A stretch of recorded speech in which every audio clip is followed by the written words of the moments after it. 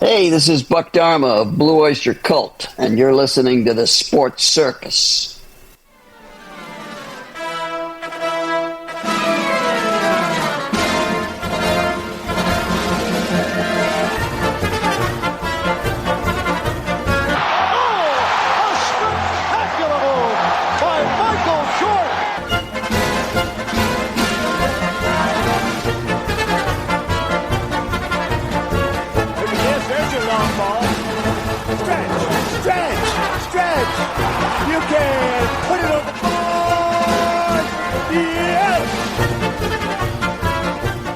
Welcome to the Sports Circus. I'm Ringmaster Sal, live from Las Vegas in the AMP TV studio, AAMP Television. Today's show is brought to you by UppercutChops.com. Check out their tasty selection of all-natural, dry-aged USDA Prime Wagyu steaks and chops. Wait till you taste their best-in-class New York steaks, the filet mignon, and of course the king of all those gigantic cowboy cut and tomahawk cut ribeyes. Best I've ever had, probably be the best you ever as well. Check them out at UppercutChops.com. That's UppercutChops.com. Or give them a call, find out what's for dinner. 714-948-0100. 714-948-0100. Again, 714-948-0100 for UppercutChops.com. Yes! And welcome in, everybody listening in on our CBS, NBC, and Fox Sports affiliates and independents from coast to coast. Thanks for joining us also on our local TV affiliates, on various cable operators, as well as hotel TV, plus everybody streaming on Facebook, and pick your favorite streaming network.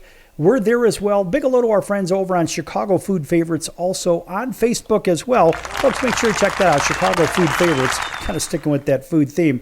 All right, have you been paying attention to the baseball, to the playoffs? Have you been paying attention to seemingly what the league wants, what the TV contract wants, what the powers that be want? What does Vegas want? It sure seems, I don't know, correct me if I'm wrong, it sure seems as though they want the number one TV market and the number two TV markets. That's what I'm thinking for the World Series. Of course, I picked Cleveland and the Dodgers for the World Series, but it sure, because I'm trying to get away from that 1 versus 2, the obvious, the matchup is too perfectly set up for TV and for elections and all this other crap. Well, look, what we're probably on the verge of seeing is the number one market with their American League MVP, likely is going to be Aaron Judge, and the National League in the number two market with the likely MVP, show me the money. Show me the money! Shohei Ohtani. It sure seems that the World Series would be set to have either one of these guys that have been in the league for a fair amount of years to one of them finally winning a World Series, which of course sets it up for maybe a rematch for the next year or down the road, whatever, and the other guy to win. And so likely it would be Aaron Judge and the New York Yankees with 27 World Series titles against the LA Dodgers and show me the money, Shohei Ohtani. That would seem to be the logical matchup. And, people are talking about all kinds of crazy things like, well, Ohtani's nearly unstoppable with runners in scoring position, but whatever. Then they're saying, well, he had his, I guess he had a run of uncertainty facing Yu Darvish or some garbage like that. I don't know. Look, you could cut it up however you want to, but it sure seems that these two are what the media wants. And usually, what the media wants is what the media gets. And you look at these latest headlines of, 5 key stories to follow the National League Championship Series. Look, it's not going to be a Subway Series in New York. It's not going to be the Mets and the Yankees. No, because it's an election year, and you need to capture both the East Coast and West Coast. And, of course, a sighting in Yankee Stadium. Oh, yeah. And you have to imagine, oh, boy, it's Travis Kelce and Taylor Swift showing up to, tell everybody about the blue Kool-Aid just by their appearance at Yankee Stadium. And wait a minute, doesn't Travis have a game with Kansas City coming up? Why is he allowed to go to a baseball game. Well, maybe it's because, I don't know, they have a jet. She probably has her own jet, her own Gulfstream 5 or something. Who knows? But the reality is, back in the real day of, well, when teams weren't able to let their players just go as they will because it was business as usual. Oh, no, nowadays, we're going to be right back tonight. We're going to take our own jet there. We're going to take our own jet back, and we'll be right back and ready for practice or some crap like that. But it seems like the rules have been bent and bent and bent. And because it is the poster boy and poster girl for the blue team, it sure seems that Taylor Swift can do whatever she wants with her guy, whatever, and bend the rules of the National Football League, which in my opinion is in remarkable bad taste. That dude has no business being at the game. It's the middle of the base or football season. Sorry, you could do whatever you want to. It's a free country, but at the same time, where do the rules have that line in the sand? Do we even know what the rules are? I mean, look, end of day, Kansas City has to be, in my opinion, the worst 5-0 football team that I've ever seen. They really should be 2-3, but instead, somehow, magically, possibly with the help of the guys in stripes, that they just happen to be in first place. All right, getting away from the baseball for a minute, let's get right back to it.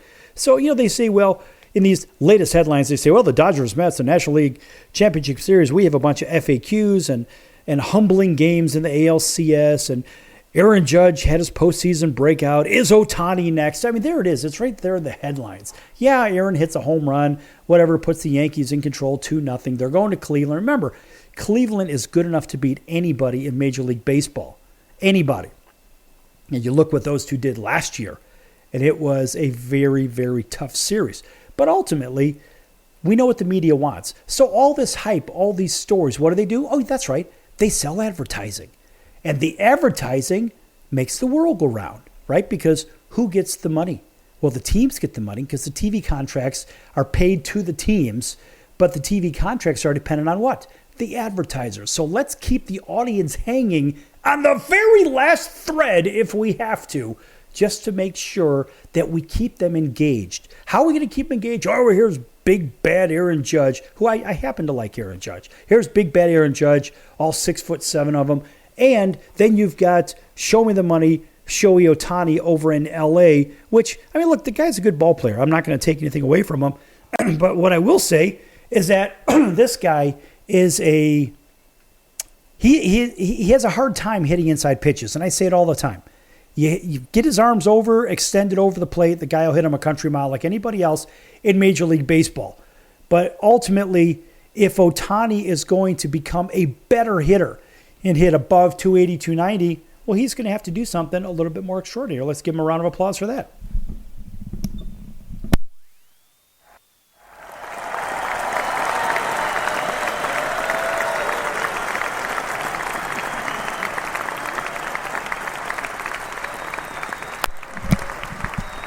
Now, that's the first time that we've ever given him a real long round of applause, and maybe it's because I had to clear my throat. Either way, it doesn't matter. End of day, this guy can be a better hitter than what he is today if he learns how to hit an inside pitch and maybe rotate those knuckles to get around on those inside pitches. Because when you pull your hands in, and if you're rotating, if your bat speed through the strike zone is not fast enough, and if you're not pulling your hands in enough, you're not rotating those knuckles enough, then you're going to pop the ball straight up in the air. And we've seen it. In fact, if you just watch that last Yankees and Indians game, there was a lot of pop-ups that Garrett Cole got from throwing up and in pitches, because the only thing you could do with those is pop those things straight up in the air. They don't go very high either. It's a very easy out for the pitcher. And this is what Ohtani's Achilles heel is at home plate, as I see it, as a hitter. I just don't see him being that kind of a hitter. He's going to have to get a lot better. And so as this series moves forward in the National League, I mean, look, it may go 7 games. The Yankees series may go 6 games, something to that effect. But ultimately, they're talking about, well, borderline miracle efforts from Freddie Freeman's sacrifice and all this other crap. There's a good backstory right there for the Dodgers. And Clayton Kershaw's coming back next year, so let's give the Dodgers even more hope and all this other nonsense. So you got all these other stories that really don't amount to too terribly much. because the media is really struggling to make something out of nothing. And that's really what it comes down to. And so all you could do is you could talk about following Ohtani or Francisco Lindor, which I happen to like Lindor, Judge, Jose Ramirez, probably one of the most underrated players in Major League Baseball. And you know what? He took a hometown discount deal just so he could stay with Cleveland. And good for him. Jose Ramirez has one hell of a player. He's one of those rare guys that can hit 40 home runs, steal 40 bases, and hit 40 doubles or whatever. He's just one of those guys. He could really do it all. And they want you to follow him. They want you to follow Mookie Betts. They want you to follow Pete Alonso with his titanic home runs. And Juan Soto, got to tell you, I'm very, very pleasantly surprised with what Juan Soto's been able to do in New York. But then again, remember, he's hitting in front of Aaron Judge, so he's going to see a lot more hittable pitches. When he was over in San Diego, he was not hitting in front of Aaron Judge. When he was in Washington, he was not hitting in front of Aaron Judge. So Juan Soto, when you look at his numbers, you say, wow, this guy hit three what? He had this many home runs, that many RBIs, that many walks? Yeah, that's right, because Juan Soto is a very, very skilled hitter. He is a professional hitter and a very good ball player, too. He's fitting in very well in New York. They love him there. I think he's a great fit, personally. I was a little worried about him at first, but I think this is a very good fit. The guy I'm worried about over New York would probably be Jazz Chisholm Jr. because he seems to have a mouth as big as his baseball bat. All right, back here in a few minutes on the Sports Circus. Lots more to come. Don't go anywhere.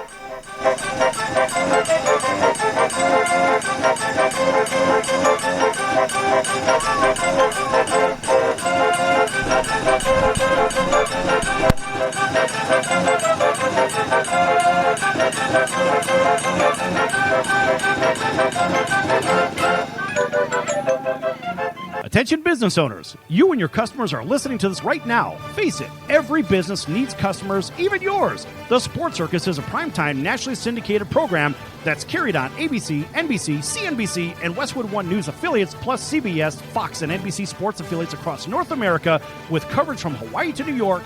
Also, the Sports Circus is available to the 180 million subscribers on iHeartRadio, and the Sports Circus gets about 4 million website visitors per month, which could click through your website and bring sales. The Sports Circus provides great content featuring celebrity guests from sports and entertainment to our audience every weekday, which your company could greatly benefit from by increasing your visibility, foot traffic, eyeballs to your website, and calls from potential customers. Call us right now at 702-799-9935. Again, 702-799-9935. Or email us at info@thesportscircus.com. That's info@thesportscircus.com. Drive your sales today by advertising with the Sports Circus. Could you use a little extra money right now? If you'd like to borrow up to $100,000 and get pre-approved in minutes, call the number we'll give you at the end of this commercial. Our lending partners have already loaned millions of dollars to individuals just like you, and we're ready to lend you up to $100,000 if you qualify. Even if your credit is not perfect, you could use the money to pay off high-interest credit cards, for home renovations, or consolidate existing debt. You can get flexible, easy-to-pay terms. The consultation to find out if you qualify is free. To find out if you qualify for our special financing program, call this toll-free number 24 hours a day. 800-335-1376. 800-335-1376. 800-335-1376. That's 800-335-1376. Important terms and conditions apply. Not all applicants will qualify. Loan amount, annual percentage rate, and term will vary depending on creditworthiness. Applying does not guarantee approval. Account approval is subject to verification and confirmation of your credit history and acceptance by a lender. If you choose to apply for a loan through us, a consumer report will be obtained to evaluate your creditworthiness in connection with your application for credit. That's the sound of sizzling, dry-aged USDA Prime Wagyu and Angus steaks from UpperCutChops.com. Their best-in-class filet mignons, New York steaks, and the king of all steaks, the tomahawk and cowboy cut ribeyes are the best in the business. Even their Prime Wagyu burgers will likely be the best you've ever had. Browse the full selection of steaks and chops at UpperCutChops.com from the comfort of your home or on your mobile device. UpperCutChops.com delivers all-natural, dry-aged USDA Prime Wagyu and Angus steaks and chops directly to your door, without the hassle of going to the grocery store and fight crowds to pick from a small selection of average at best meats with injected steroids, fillers, and coloring added to look good. Find out what's for dinner at UpperCutChops.com or call 702-799-9935. That's 702-799-9935. 702-799-9935. Or make your selection directly at UpperCutChops.com.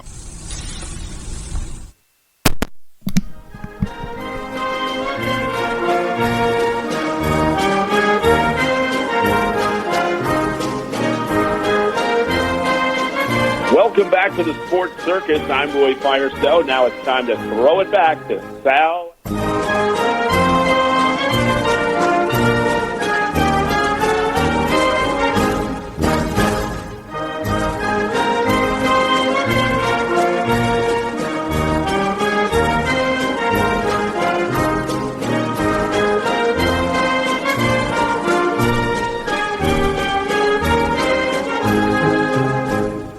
Thank you, Roy, and welcome back to the Sports Circus. I'm your Ringmaster Sal, live from Las Vegas in the AMP TV studio, AAMP Television. This segment brought to you in part by our friends over the College of Southern Nevada Athletics. Check them out at csncoyotes.com for upcoming games and events. That's the College of Southern Nevada Athletics, csncoyotes.com. And a big welcome back to everybody listening in on all of our radio affiliates from coast to coast, including our friends over in Honolulu on CBS Sports 1500, KHKA, that's home of the Yankees, the 49ers, and the Alabama Crimson Tide. Welcome in to everybody else up and down the West Coast on all of our independents and network affiliates, as well as all those from Denver to Chicago down to Texas. Big hello to our friends WAUD over in Auburn, Alabama, 1230 a.m., as well as WDJY 99.1 FM over in Atlanta. Everybody also watching on TV, thanks for joining us on Pick Your Favorite Affiliate, and everybody on Hotel TV, as well as those on streaming platforms. Thanks for joining us also on Chicago Food Favorites on Facebook. Of course, they always get a nice round of applause. It's a fun group. Let's face it, folks. Talk about food, post your favorite recipes, your favorite restaurants, whatever it is. Have some fun with it. All right. Switching over into college football. How about this one? You know, Oregon handed Ohio State their first loss, so of course, which always deserves a round of applause. However, they may have did it in a very crafty way towards the end of the game, and I love this. This is gamesmanship. How about this? Because Ohio State lost their game, and somebody's complaining about it. Oh, that's right, because Michigan won the national title last year, right? So, we got to make sure Ohio State gets a chance to win the national title this year. So how about this one?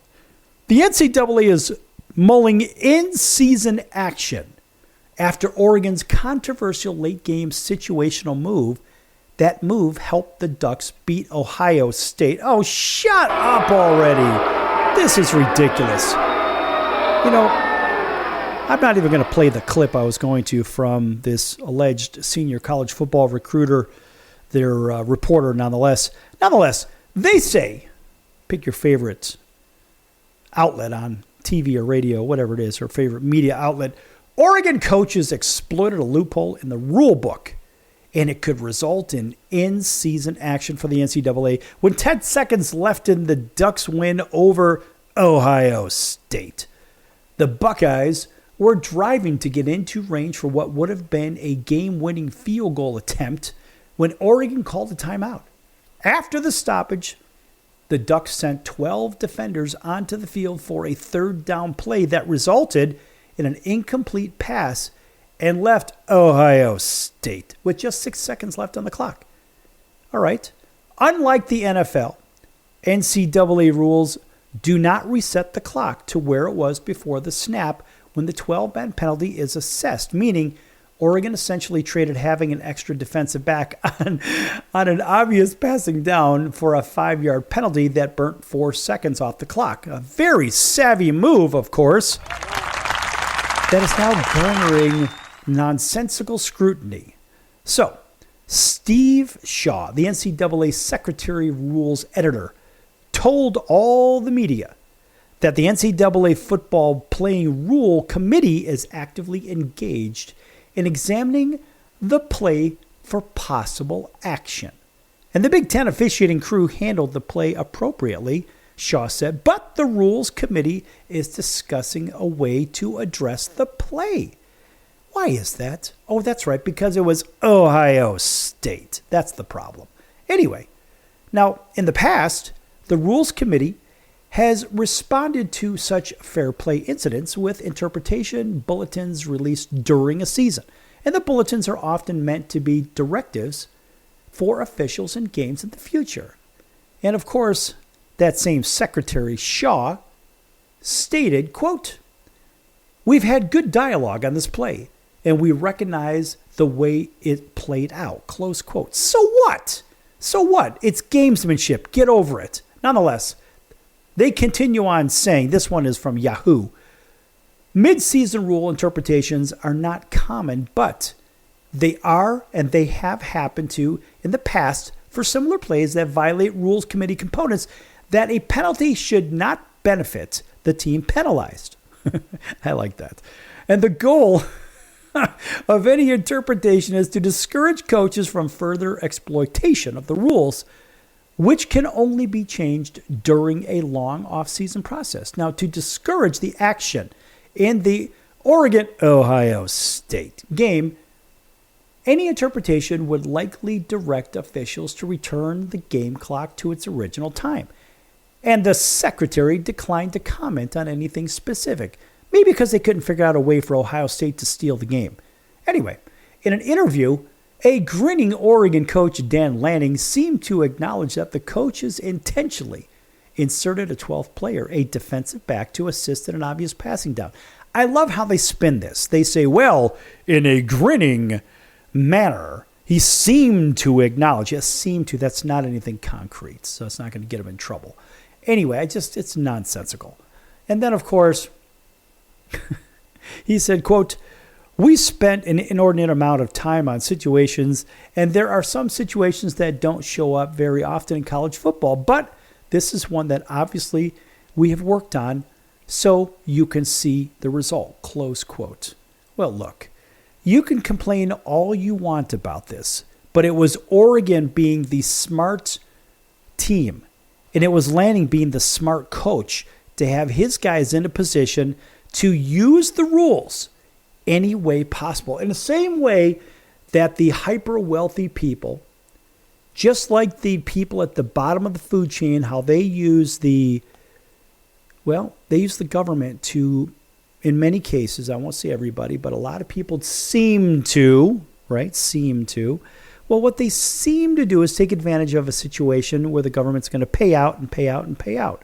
Okay, well, if that is the case, look, the welfare system out there is used and abused. The tax system is out there and it's used and abused. The rules are out there in both, and they're both manipulated. And so guess what? If you don't like the rules, change them in the off season. Because right now, whether it's football, baseball, basketball, hockey, soccer, golf, whatever it is, the reality is like you've got written rules and you've got unwritten rules. Sometimes with the unwritten rules, there are certain things you're not supposed to do. For example, on a baseball field, when somebody pops the ball up and you're running around, let's say you're past first and it's going to be the second baseman that's going to catch the ball, you don't yell clank right when he's about to catch the ball or something like that. You just don't do it, because then you get drilled on your next at bat. There are certain things you don't do. Like when you're up by 10 runs, you don't steal second base, right? There are certain things you just don't do in football, right? When it's basically 35-0 in the first quarter, you're not out trying to score on every possession. You're just trying to eat the clock and not embarrass the other guy. Well, guess what? In these unwritten rules, this situation doesn't come up very often, and all it is a clever manipulation of the rules themselves. So I give an astounding round of applause to the Oregon coaching staff for really being on point and knowing the rules. And that goes to show that, let's face it, even academically, Oregon is significantly, in my opinion, significantly smarter overall than Ohio State. So good for Oregon, and too bad Ohio State. Anyway, speaking of bad moves, how about this one? How about the Raiders make a deal with the Jets, and the Raiders aren't going anywhere, and they're not going anywhere fast. And so guess what? They say, yeah, let's go ahead and let's make another bad deal, because we're in the business of bad business, it sure seems. And that said, first of all, we're an undisciplined team. That's what my opinion is of the Raiders. And second, I think the general manager is undisciplined. I think the ownership is undisciplined. And frankly, in my opinion, I believe that John Gruden is going to win an enormous lawsuit against the Raiders and the league because of wrongful termination and violation of his First and Fourth Amendment rights, etc. But that's just my opinion. But here the Raiders, they make a colossal mistake here by dealing off Devontae Adams And what do? They send him over to Aaron Rodgers because those two have a history, whatever. And Davante Adams reportedly restructures the contract with New York. And what's interesting is Adams was conveniently not playing the last couple of weeks because I guess he had a hamstring issue or some injury issue. I don't know what it was, but it sure seemed rather convenient that he was not playing. So he'd be in game-ready condition to go back and play with his old buddy Aaron. And so the deal is, well, the Jets are sending back a conditional third-round draft pick. That can be, well, possibly a second-round pick if he's either a first or a second-team All-Pro, that being Davante Adams. So I don't think he's going to be first or second at this point because it's too late in the season. Anyway, and also on the active roster for the AFC Championship games or Super Bowl. Guess what? The Jets aren't going to get there, so it doesn't matter. So the Four-Letter Network reported that Adams restructured his contract upon the deal to reduce his salary cap number to $3.21 million for the remainder of the season per Spot Track. Adams' salary cap hit was previously at $11.59 million. He restructured the contract now and has 2 remaining voidable years. And the two sides plan to discuss a long-term deal with the New York Jets in the offseason, per the report. So Adams also plans to stay and make his Jets debut conveniently in the next game against the Steelers. How convenient. And, of course, Adams missed the last 3 games, as I mentioned, amid trade rumors as the team cited a hamstring injury. Right. That's a bunch of nonsense. All right, back here in a few minutes on The Circus. Going to continue on with more NFL nonsense. Don't go anywhere. Lots more to come.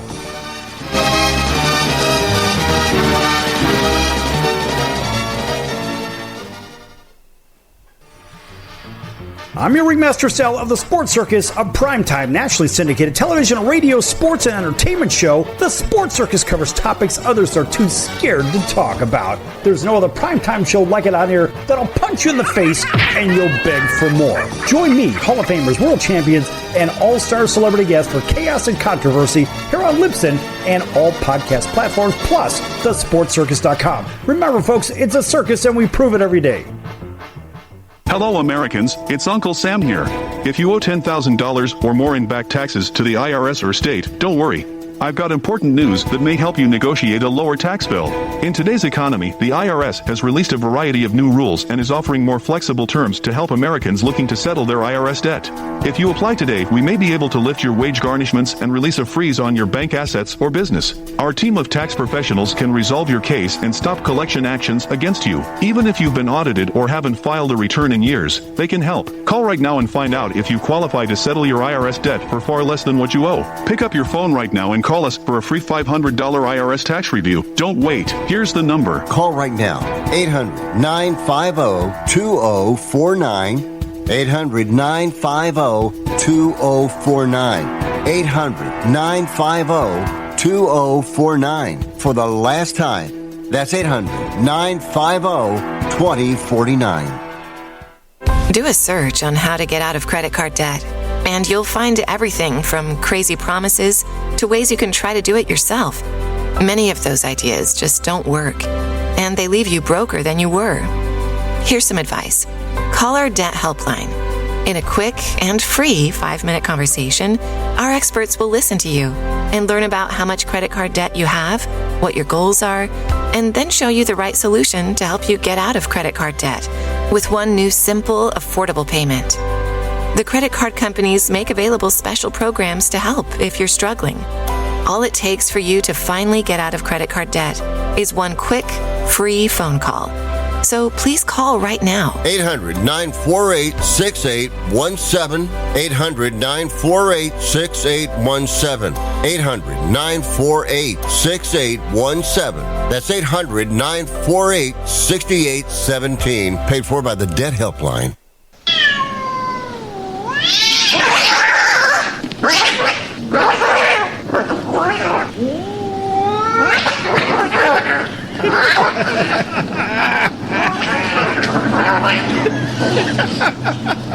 That's ridiculous.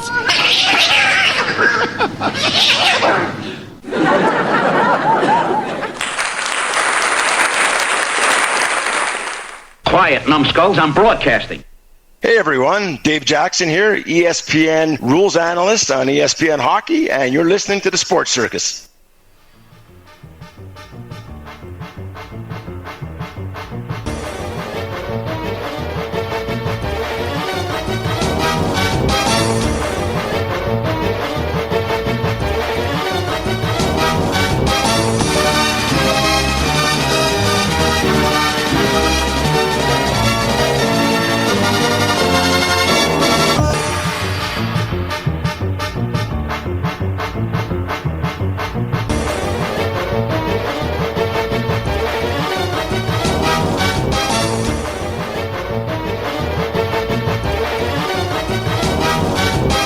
Welcome back to the Sports Circus. I'm your Ringmaster Sal, live from Las Vegas in the AMP TV studio, AAMP Television.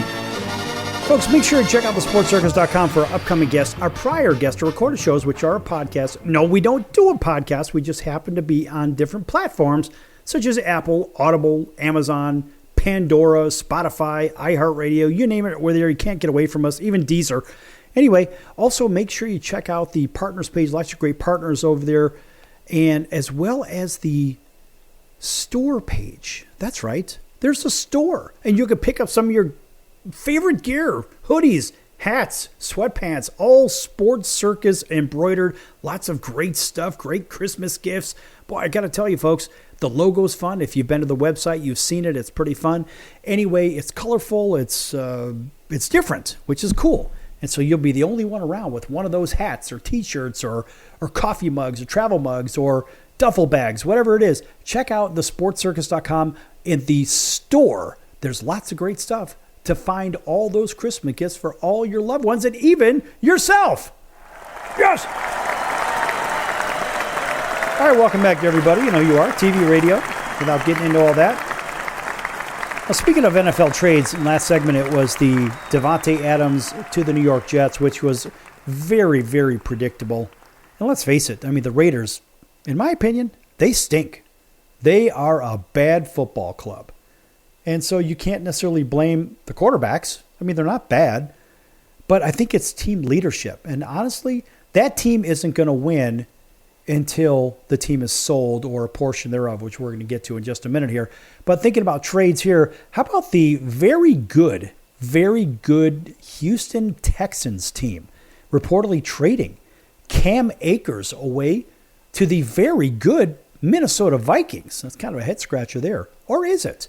So the Texans are trading Cam Akers to the Vikings. That's according to NFL Network.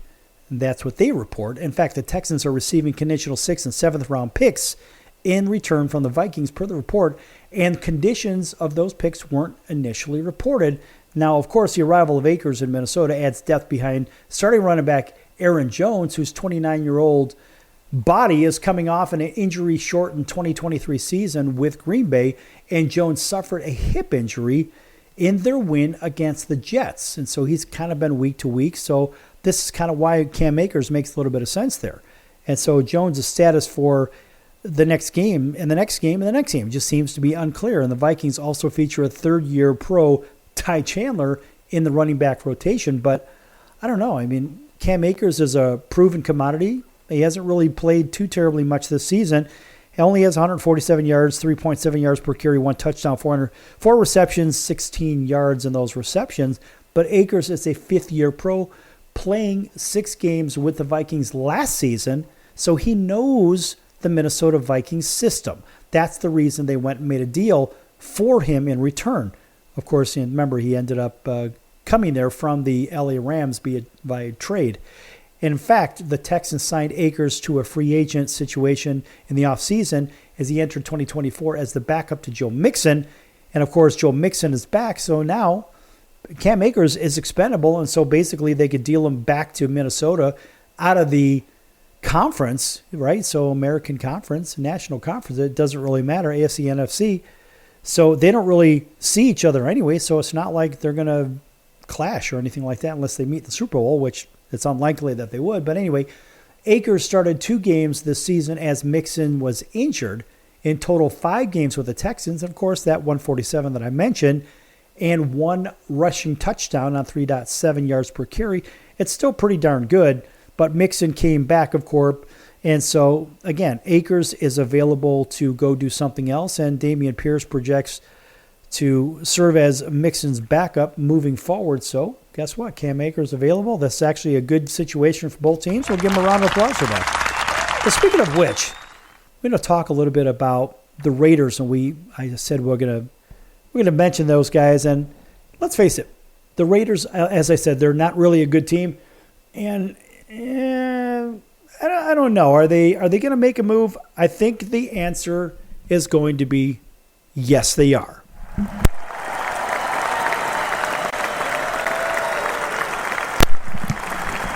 You see, the round of applause is for football as a whole, not because of the Raiders, because we're just not really a Raider fan, even though I'm here in Las Vegas. Even when they were with Oakland. I mean, Tom Flores is one of my favorite people. I know Tommy's a great guy, and everything Raiders for him, and it's okay with him. And everybody else, for the most part, a few guys here and there, no thanks. Nonetheless, Tom Brady becomes officially a part of the ownership group of the Raiders after NFL owners approve it. How do you like them apples? I'm not really sure. The only thing I have to say is... Show me the money! So Tom Brady has been on the minds of Raider fans for more than 2 decades, ever since the old Tuck rule. And now Tom is a part of the ownership team. In fact, the long and arduous process to make Brady a part of the NFL ownership concluded when his stake in the Raiders was officially approved by NFL team owners at the league's fall meetings. And Brady was approved by unanimous vote, according to multiple media reports. In fact, in a statement posted to social media, Brady has said that he was incredibly humbled and excited to have been approved as an owner. In fact, win football games is what he wants to do. Brady wrote in a statement. In fact, let's go right to the statement. All right, let's see if we can pull this thing up here. Sorry, folks, this is live, and instead of just giving you a clip or an excerpt from it, I'm going to see if I can pull the whole statement up here and tell you about it instead of just, one little bit here, one little bit there, because sometimes those little bits don't necessarily tell the whole story in a statement. Maybe it's just one little blurb in it, and sometimes a little blurb in it doesn't really give exactly what we're looking for. So, as the statement reads, Tom Brady says, quote, "I'm incredibly humbled and excited to have been unanimously approved as an owner of the Las Vegas Raiders. Throughout my career, I've learned that at its core, football is a game of teamwork, resilience, and a relentless pursuit of excellence. The Raiders franchise and the city of Las Vegas embody these same values, and I'm honored to become a part of that story.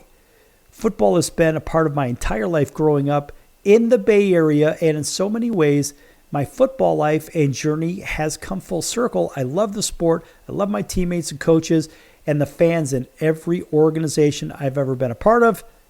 Sports brings us together in a way nothing else can. I grew up on the field, and it's a blessing to know I'll be involved in the greatest league in the world for the rest of my life.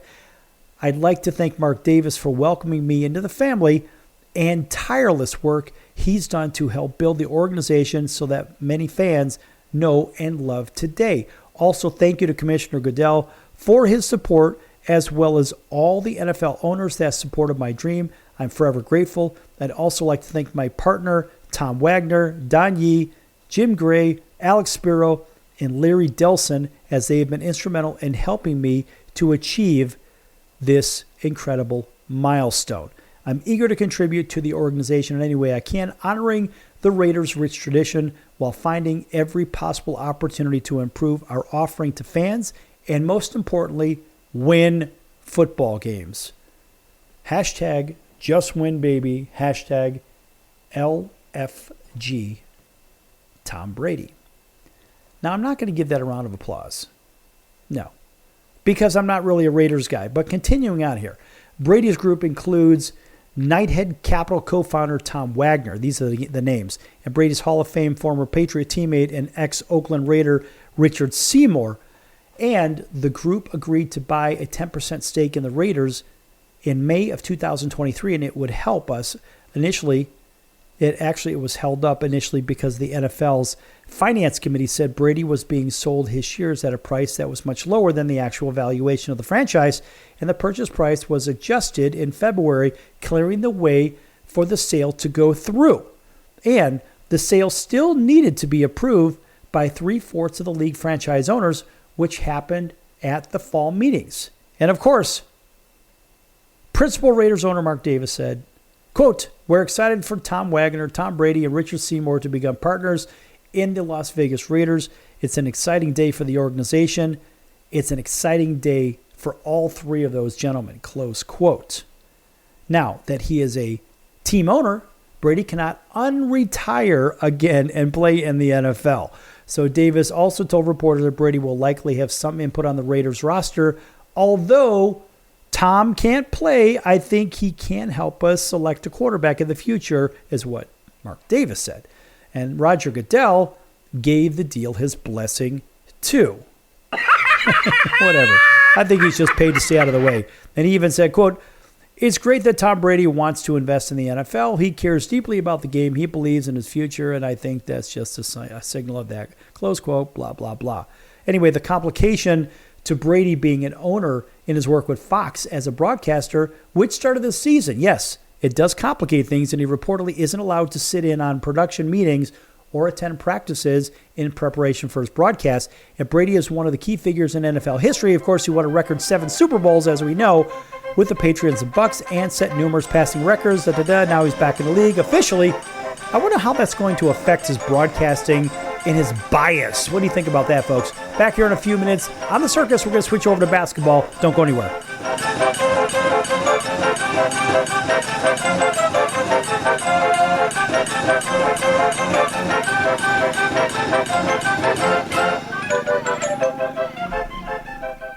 Can your IRA stand up to the next financial crisis that our top economists are saying is at our doorsteps? By allocating a percentage of your IRA into physical gold and silver with a tax-free rollover, you can diversify and safeguard your holdings from turbulent markets and economic downturns by putting your IRA back on the gold standard. Find out how to safeguard your assets with a tax-free rollover with a Genesis Gold IRA, the only IRA that can hold physical precious metals. Call now for your free gold and silver report. Protect your IRA today with one simple phone call and learn how to qualify for up to $10,000 in free silver. Call Genesis Gold Group, empowering faith-driven stewardship. 800-932-5517. 800-932-5517. 800-932-5517. That's 800-932-5517. If you served in the Marine Corps, by now you know about the contaminated water problem at Camp Lejeune. If you were stationed or worked at Camp Lejeune from 1953 to 1987, you probably have a lot of questions. We have some answers. You could be entitled to compensation. Billions of dollars are being allocated to pay for damages to anyone stationed at Camp Lejeune during that time. Unfortunately, it appears that officials may have known the contaminated water problem existed and did little to protect their men. The Semper Fi Code was not honored. If you or someone in your family has developed a serious illness, including various forms of cancer, call this Camp Lejeune legal support line right now. You can't turn back the clock and change what happened, but you can certainly call right now and learn your rights as a Marine. Here's the number. Call 800-335-7196. 800-335-7196. That's 800-335-7196.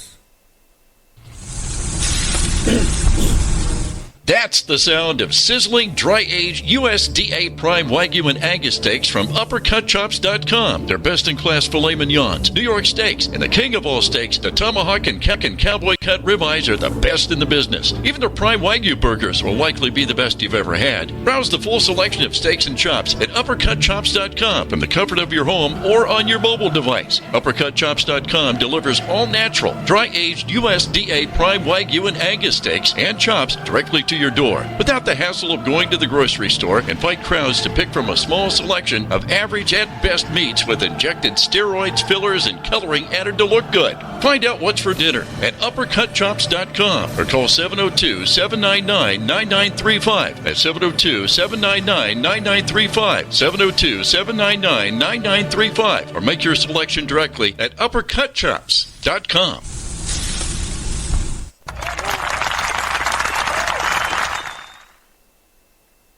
Hey everybody, this is Brian Urlacher. Welcome back to the Sports Circus.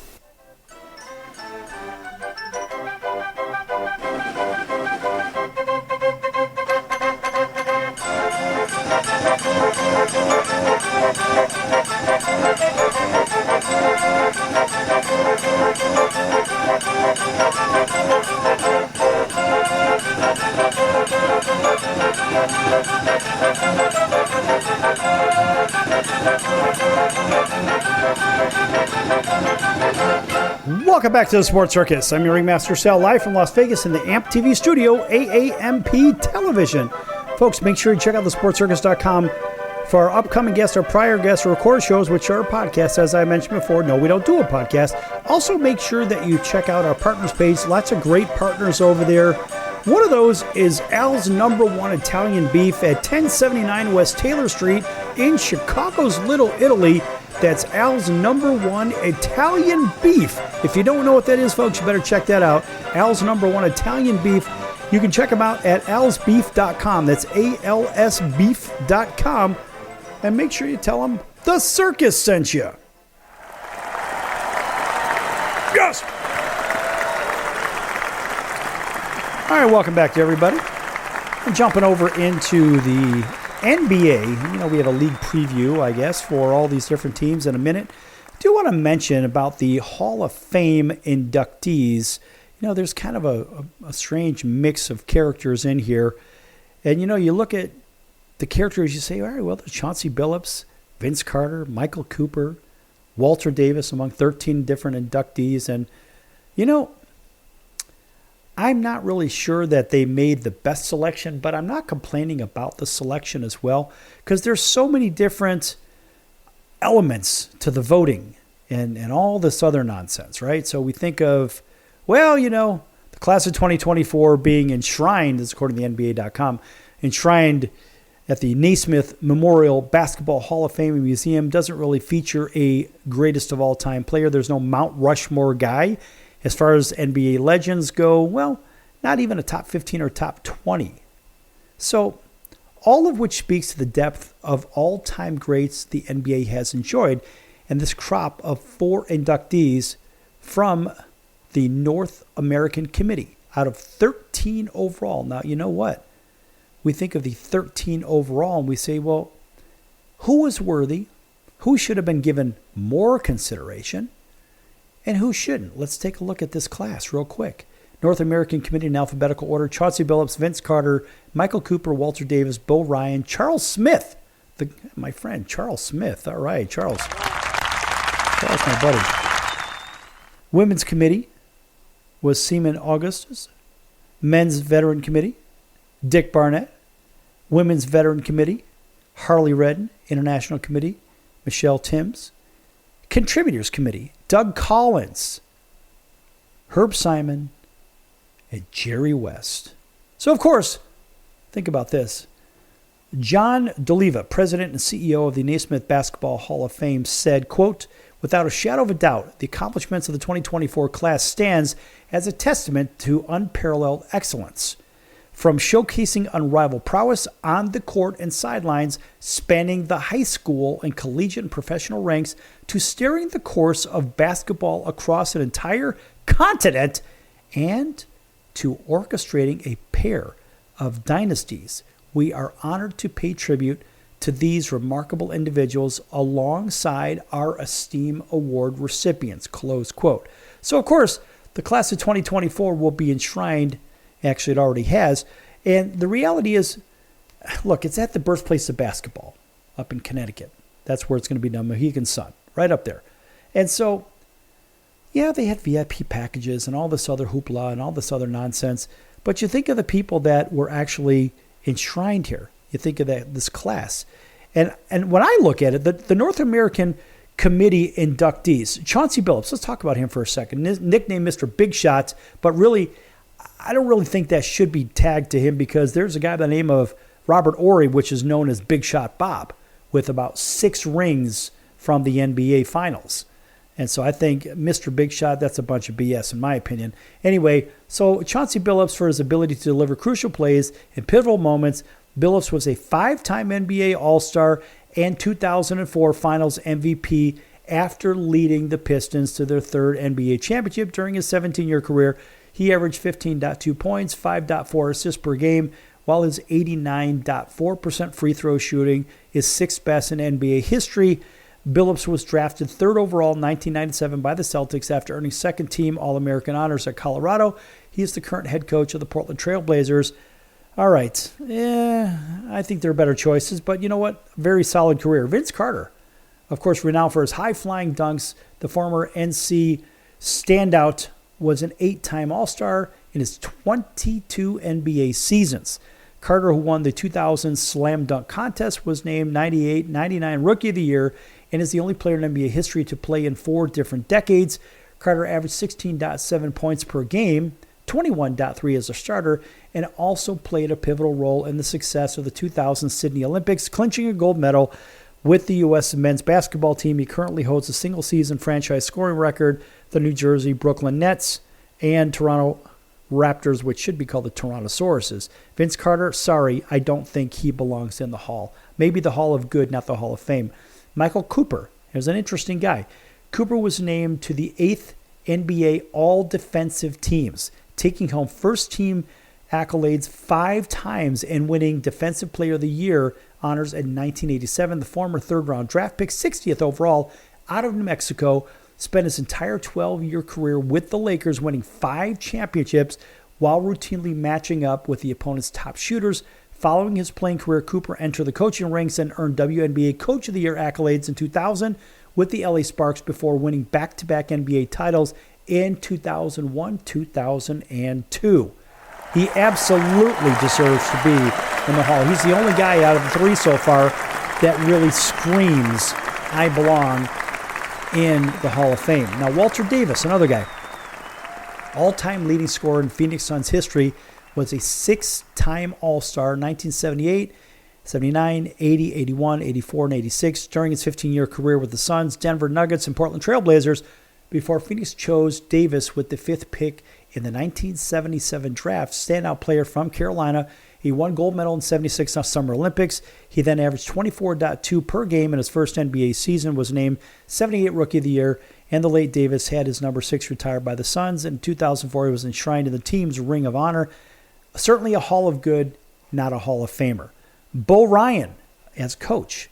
Bo Ryan with 747 and 233, 762 winning percentage in 32 seasons as a collegiate coach with the University of Wisconsin Platteville, University of Wisconsin Milwaukee, and University of Wisconsin Madison, including 364, 130 ledger in 14 seasons. In Madison, Ryan honored 4 times as the Big Ten Coach of the Year, led Wisconsin to unprecedented success, clinching 4 Big Ten regular season titles, winning 3 Big Ten tournament championships, making back-to-back Final Four appearances.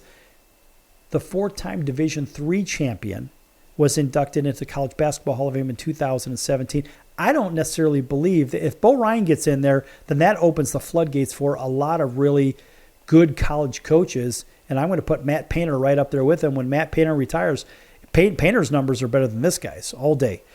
Now here is Charles Smith, another guy that was he was the coach. And Charles Smith is another inductee. And Smith is Louisiana's all-time winningest high school head coach, surpassing the previous mark of 1,071 in 2020 with 9 state championships to his name. Smith's coaching tenure at Peabody Magnet High School began in 1985 after starting as a math teacher in 1975, and he guided the War Horses, what a great name, we're going to give them a round of applause just for the War Horses, to a pair of perfect seasons, going 41-0 in 2004, 2010, earning national top 5 rankings as well.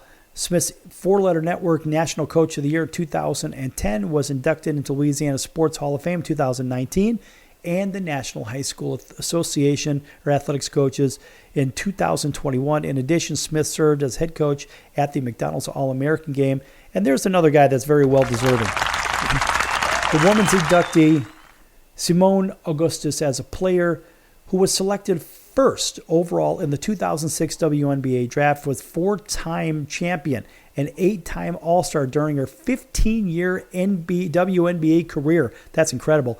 And, of course, the cornerstone player for the Minnesota Lynx, where she spent 14 of her 15 seasons, averaging 15.4 points per game, and was named 2006 Rookie of the Year and 2011 Finals MVP. At LSU, she led the Tigers to 3 straight Final Four appearances and won the Naismith College Player of the Year and Wooden Awards in back-to-back campaigns. Now, that is a worthy opponent right there. Men's Veterans Committee inductee, Dick Barnett. And he first gained prominence at Tennessee A&I, where he led the Tigers to 3 straight NAIA national championships and the first historically black school to claim a men's national title. And the Skull played 14 NBA seasons with Syracuse Nationals 1959 to 1961 and LA Lakers from 62 to 65. The Knicks from 65 to 73, winning a pair of titles in the Big Apple 70-73, making his lone all-star team in 1968. And the Knicks retired as number 12. And this guy absolutely is deserving as well. And look, there's a lot of people in here. And real quick, we're going to talk about the Women's Veteran Committee inductee, Harley Redden, the coach. Redden went 431-66 in 18 seasons, leading Wayland's Baptist women's basketball program and captured 6 AAU national championships. And he coached, imagine this, coached the Flying Queens to 2 undefeated women's season, 17 top 5 finishes, and went 110-2 during his first 4 campaigns at Wayland Baptist. And the late Redden also coached the women's U.S. national team in 1959, 1971 Pan American Games, 1963 World Tournament in Peru. He was the recipient of the Jostens Berenson Service Award by the Women's Basketball Coach Association for his lifetime service to women's basketball in 1992, inducted into the Women's Basketball Hall of Fame in 1999, and honored with the Naismith Award for outstanding contributions to the game of women's basketball in 2000. Now that is incredible. That is incredible. Other inductees real quick. Michelle Timms, as I mentioned, as a player. We'll get real quick for Doug Collins. Doug Collins absolutely deserves to be there. And Doug Collins' versatile career in basketball is marked by significant achievements in roles ranging from player to coach to broadcasting, underscore his wide-ranging impact on the sport. Following an NBA career where he was a 4-time All-Star with the Sixers, he transitioned into coaching and accumulated over 400 wins with the Chicago Bulls. Of course, in that drafting of Michael Jordan, the great Michael Jordan, of course, Scottie Pippen, Charles Oakley. That's all Doug Collins. He built that team. Then he went ahead and did the same thing with the Pistons, same thing with the Washington Wizards and the 76ers. Collins, who coached Hall of Famers, of course, Michael Jordan, in both Chicago and Washington, also served as an analyst for various NBA-related broadcasts for CBS, NBC, TNT, TBS, ABC, ESPN, along with working for NBC at the 2008 Summer Olympics and the 2012 Summer Olympics. Tell you what, Doug Collins, an enormous round of applause for him. And the great Jerry West, can't forget him. He is the logo. He absolutely needs to be there. That's going to do it for the circus today. I'm your Ringmaster Sal. We'll see you in about 23 hours on your favorite station right here. Until then, so long, everyone.